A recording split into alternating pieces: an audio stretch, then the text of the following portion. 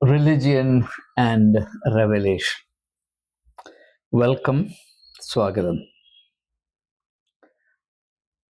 Religions of the world, as we all know, are divided into two categories: natural religion and revealed religion.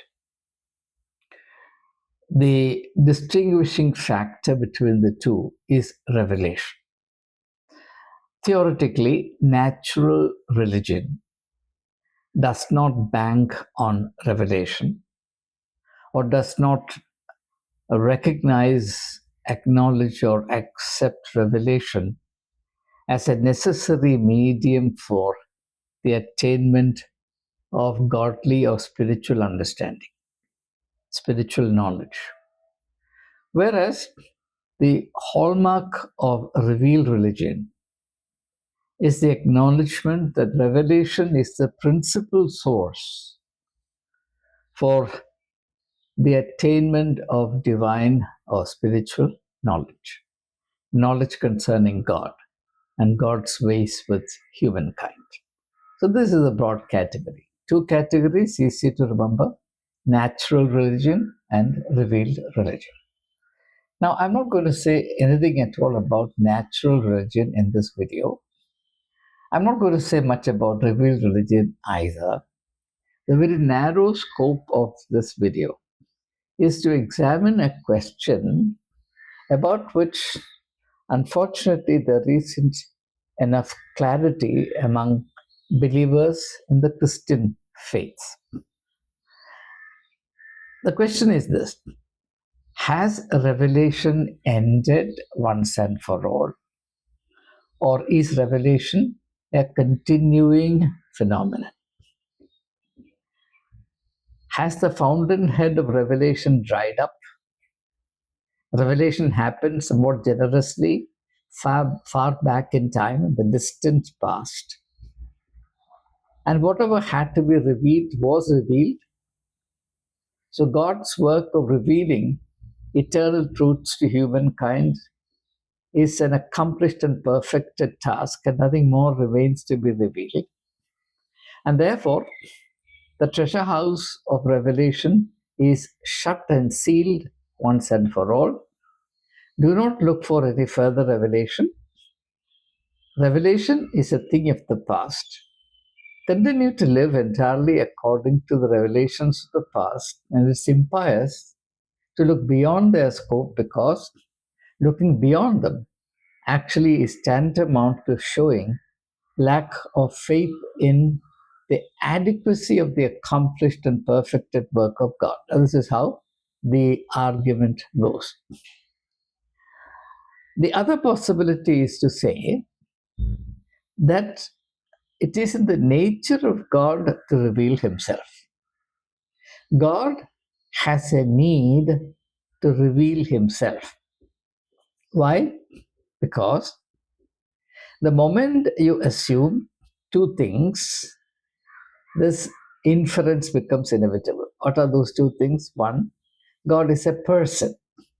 Now, as you know, there are two completely different ways of understanding God. For example, in the Hindu spiritual vision, God is Nirguna Brahma, God without attributes. So there is no question of God being a person. Though, of course, in the Hindu pantheon, there are many, many gods and goddesses that are all in the human form. But the ultimate spiritual reality, Brahman, is without attributes. Nirguna Brahman. Now, therefore, what is Nirguna? What is without attributes cannot be a human being. The other is, no, God is a person. God is not Nirguna. No, God is not without attributes. God is not an impersonal force like electricity or the thunderbolt or whatever, or the gravitational pull. God is a person. For example, Jesus Christ taught his disciples to think of God as a Father in heaven. So he anthropomorphized God into a human being. Anthropomorphize means imagine something in the form of a human being. So God as the Father in heaven, in which case there will certainly be attributes. So God is kind, God is compassionate, God is truthful, God is light, God is just, God is compassionate, etc., etc. All these attributes become completely irrelevant if God is merely an impersonal force. So this is the first condition. If God is acknowledged and understood as a person, second condition, if that person is still alive, living, it is an inalienable and irresistible or ineradicable feature of the living that the person who thus lives wants to continually express oneself. To live is to express. It is as simple as that. Every day we are expressing ourselves. And the day we die, we stop expressing ourselves. We become a corpse. So if God is a person, and if God is still alive, then it cannot be that his need to express himself, which was very active, say, 2,000 years ago, 3,000 years ago, 5,000 years ago, suddenly died, stopped functioning 2,000 years ago, as far as Christians are concerned, and no revelation takes place thereafter. It is simply impossible. It is a complete contradiction in terms that God is a person, a living person, and does not continue to reveal himself. So this is the scope of our discussion. Where do you stand? Where do I stand? That's the question. Now, as far as religions are concerned, and this is the third thing I need to explain and emphasize as best I can. As far as religions are concerned, they are organized according to certain worldly patterns. To organize something is to turn something into a closed system. An open-ended system finds it hard to function. To be open-ended is to be in a state of uncertainty because, for example, it's easy to remember, easy to understand. You live in a house. The house has doors and windows. Before you go to bed, you shut and lock the doors, if not the windows. It's okay to leave the windows open, but you don't leave the doors open. Why? Because you don't feel secure. In a house, the doors of which are open through the night because anything can come in. You can organize your life only in terms of predictables and also in terms of what you already know and manage. It's extremely difficult to have to live with the unknown, the unknowable, and therefore unmanageable. Therefore, when you turn anything into a system, whether it is politics or religion or culture, whatever, you have to assume that it's a closed system. Human authority can be established securely only on a system that is 100% closed. And that's also the reason why all man-made systems are more akin to death than to life. Man-made systems cannot house or accommodate the logic and the dynamic of life. Life is necessarily open-ended. The moment life ceases to be open-ended, it becomes death. For a system to be alive, however, it has to approximate itself more to the logic of death than to life. So every system insists that it is a closed system. It doesn't say that I am a closed system. It only says that the very foundations on which the system has been erected have been revealed in the past. And beyond what has been revealed in the past, there is nothing more to be revealed. And we have everything that has been revealed in the past. And the system that we preside on is a system based on the full, complete, and perfected revelation of God in the past, Therefore, we know the ultimate truth, and beyond what we know, beyond what we control, there is nothing. So this becomes, unfortunately, an occupational hazard for those who preside over any spiritual tradition which has been petrified and ossified into an organized system of belief, doctrines, dogmas, etc. Every dogma is closed. Every doctrine is closed. There is no dogma which can be open-ended. There is no doctrine which lends itself to open discussion and unfettered seeking. So this much I hope is clear, that a religion by definition cannot really accommodate the living God. It can only swear by or profess allegiance to the God of the past, a God who was active in the distant, dim past and revealed himself, but it cannot accommodate the living God who will continuously reveal himself. And this is a real problem. In fact, I would say there's an arch problem in religion. And it is this problem that accounts for the tension between the custodians of religious dogmas, the religious establishment, the establishment henchmen on the one hand, and truth seekers on the other. And it is this that accounts for the conflict which resulted in the crucifixion of Jesus Christ between Jesus and the religious establishment of Judaism. This is not a problem which is exclusive to the Judaic religious establishment. It is a problem common to all religions that are established in a formal fashion. The very nature of that establishment mandating that each religious establishment insists brutally that beyond what was revealed in the dim, distant past, there's nothing more to be known about God, and God waits with human beings. And therefore, anyone who claims to have a new understanding, a new spiritual experience, is necessarily a threat and a danger.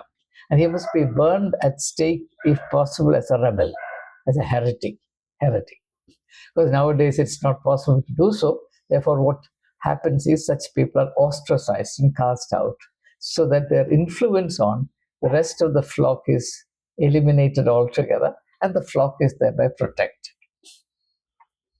Now, therefore, the fundamental question that Christians, I'm not talking about members of other religions, that they can decide themselves. The fundamental question that Christians have to resolve for themselves is this: is the God that they have faith in a phenomenon of the distant past, who died, shall we say, or at least ceased to function, ceased to live 2000 years ago, and is now de facto a corpse, which is totally free from the need to express oneself? Or is God a living God, in which case God will and must necessarily continue to express himself? So what exactly is the core of our belief, the Christian belief? Do Christians believe? Are Christians free to believe, have faith in a living God? Now, clearly, unmistakably, without a moment's doubt, if you and I as Christians believe in a living God, we must also believe in the possibility that God will continue to reveal himself, because to live is to reveal. Life is impossible without revelation. Think of yourself at the beginning of your life. You were once a hand baby. At that time, only a small aspect of your being was revealed. Now you are 40 years, 50 years, or 70 years, as the case may be, or 80 years. And all the while you have been revealing yourself. And you will continue to reveal yourself to the last moment of to the last breath that you draw. It cannot be otherwise. Then how come, if that is true about a human being, how come we assume so glibly, unthinkingly, that God has stopped revealing himself? But what does the psalmist say? Psalm 19, verse 1, heavens declare the glory of God, and the firmament his handiwork. Please notice that that statement is put in the present tense. The psalmist is not saying that the heavens declared, past tense, declared the glory of God. He's saying heavens declare, continue to do so, will continue to do so till the end of history. God is continuously operative in your life and mine. For example, we believe in the unending faithfulness of God. Jesus says, behold, I am with you unto the end of the world. Now, what is the point in having somebody with you who does not reveal himself, who just stays like a stone? To act is to reveal yourself. For example, take the parable of the Good Samaritan. There is the wounded man who needed help. The priest and the Levite coming that way and turning their faces away from the man in need was revealing themselves through their negative action, the action of disowning responsibility. They are revealing themselves. Likewise, the Samaritan is revealing himself by responding to the man in his need. Every action is an act of self-revelation. So if God acts, we all expect God to act, right? If God acts, then God cannot but reveal himself. Are we saying that the sum total of life is comprehended in the handful of doctrines and dogmas of the church? Are we saying that the inexhaustible personality of God, God who is greater than the whole cosmos, can be encapsulated in a handful of doctrines and dogmas preserved by the church? Can you imagine a proposition more ridiculous than that? Can we confine God to these dogmas which are preserved in the sanctuary of the church? In which case, we are banishing God from the broad spectrum of life and shutting the door against him as a living presence that participates in our life. So if Jesus says, behold, I am with you unto the end of the world and my grace is sufficient for you, what he's saying is, look, I will continue to participate in your life. And this is not the only occasion that he said so. Think of that more familiar statement, abide in me and I in you. And in that case, what happens? You will bear much fruit. Please understand that the fruitfulness that we bear, the spiritual fruitfulness of our life, is de facto the self-revelation of God. So if you actually take the teachings of Jesus Christ in their true spirit, you will come to the conclusion that the life of the believer, the godly spiritual life of the believer, is the medium through which God continues to reveal himself. For example, God is compassionate. How does God reveal himself as compassion? To the wounded man in the parable of the Good Samaritan, except through the act of compassion that the Good Samaritan undertook in relation to the man in need. So at that point in time, God as compassion is revealing himself through the merciful deed of the Good Samaritan. That is why Jesus says, of course, before Jesus, John the Baptist said it, every tree that does not bring forth good fruit will be cut down and burned. We are here to produce good fruits. And that's a poetic way of saying that we are here to continually reveal God in the context in which we are placed. That's the life of the Spirit. That is what it means to be godly. So to think that revelation stopped 2000 years ago, and God now exists in a kind of frozen, rigor mortis fashion, in the form of a handful of doctrines and dogmas, mere letters without life. And that God does not participate in the life of the believer is the ultimate atheism. And it's only because the church actually practices, so firmly believes in and practices this form of atheism, that the church is able to exist as it is without any duty to produce spiritual fruit and merely thriving on the claims it makes on the pocket of the believer. The church exempts itself from the duty to produce spiritual fruit. What is the spiritual fruit produced by the church? Any church for that matter. Organized church is a legal entity. It is not a godly entity. The Roman Catholic Church will function only according to the canon law. It will not function according to the continuing revelation of God's will for the church and for the world. It is absurd for the administrators of the Roman Catholic Church to seek the will of God in order to deal with a specific problem. They will only consult the canon law and the traditions of the church at the will of the Pope. As far as other churches are concerned, they have their constitutions, smaller documents as compared to the canon law of the Catholic Church. And when faced with a situation, they will not consult the will of God. They'll only go by what is in the best interest of the church, monetary interest of the church. What will bring the maximum profit to the church? B, what is written in the Constitution so that the letter of the constitutional mandate is preserved? C, what will tighten the grip of priestly authority on the people? D, what will maximize the worldly influence of the church in the political realm? Other than that, what are the operative considerations that you find as active in our day-to-day life? So, the church has a need to deny the continuing revelation of God. Whereas, if you go by the teachings of Jesus Christ, Jesus' vision is unmistakably clear that God is not a dead entity, God is not a holy corpse, that He continues to reveal Himself. And this continuing self-revelation of God happens through the life of the believer.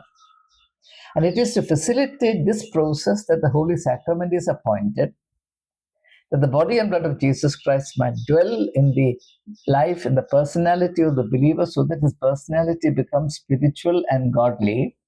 Why should that happen? In order that the life of the believer produces godly fruit, which then nourishes and enriches the world around. But see what the church has done to the sacrament? There is absolutely no concern whether or not this becomes within the life of the believer an element of godly inspiration for the believer to produce godly fruits, spiritual fruits. The whole issue is reduced to this most absurd, silly, infantile, puerile question: in which direction shall the priest turn as he celebrates the Mass? Can you imagine anything more stupid, foolish, absurd, insane than this? But this can happen, and this will happen, when the living God is denied and the ghost of God, presumably preserved in the form of a few doctrines and dogmas, supported by a few rituals, from which the soul has been expelled, the life breath has been excluded, and the dead body is belabored week after week. This kind of utter mockery of the faith is precisely what believers are made to feel as the ultimate thing in the world. And it is for this reason, for example, that in the book of Revelation, chapter 3, there is this image of the church at Laodicea, into which Jesus is not allowed to enter. How can Jesus be allowed into this scheme of things, where this mockery goes on all the time, where play acting substitutes truth? So please understand, if God is alive, He will and He must continuously reveal Himself. And God's self-revelation happens not as it used to happen in those days. Say, for example, how Yahweh revealed Himself to Moses on top of Mount Horeb, or how Jesus was transfigured on the Mountain of Transfiguration. In the post crucifixion phase of humanity, the self-revelation of God happens through believers to the extent that they abide in God and God abides in them. The fruit of that mutual abiding becomes tangible, real, palpable to everyone in the world. And therefore, human beings become the language through which God reveals himself. Humanity is God's language. And unless and until this fundamental spiritual truth is grasped and acknowledged, we cannot come anywhere near believing God as a living entity. We can only believe in and worship a dead God who plays no role in the day-to-day affairs of the world and in the sum and substance of our personal life, and who is therefore totally irrelevant to the adventure of our life. And such a God is utterly disappointing, particularly for the Christian youth. And therefore, I'm not surprised that many of them, their utter disgust, are walking away from the church because they know that this has no value to add to their life, utterly irrelevant to them. And it's a baggage that they will not continue to carry on their heads. So we need clarity on this issue. Either we believe that revelation happened a long time ago, stopped once and for all, in which case God is dead, or we believe that God is living, and if living, to live is to continue, is to express oneself, and in that case, the living God is continually expressing himself. And if God is expressing himself, how is he expressing himself? So these are the questions that I sought to raise through this video, and I wish to thank you for your participation. Let's continue to seek the truth with open hearts, open minds, and celebrate and dare to celebrate the truth that becomes intelligible in the process. I wish you all a very meaningful day ahead, indeed, many days ahead. Bye. Bye for the present.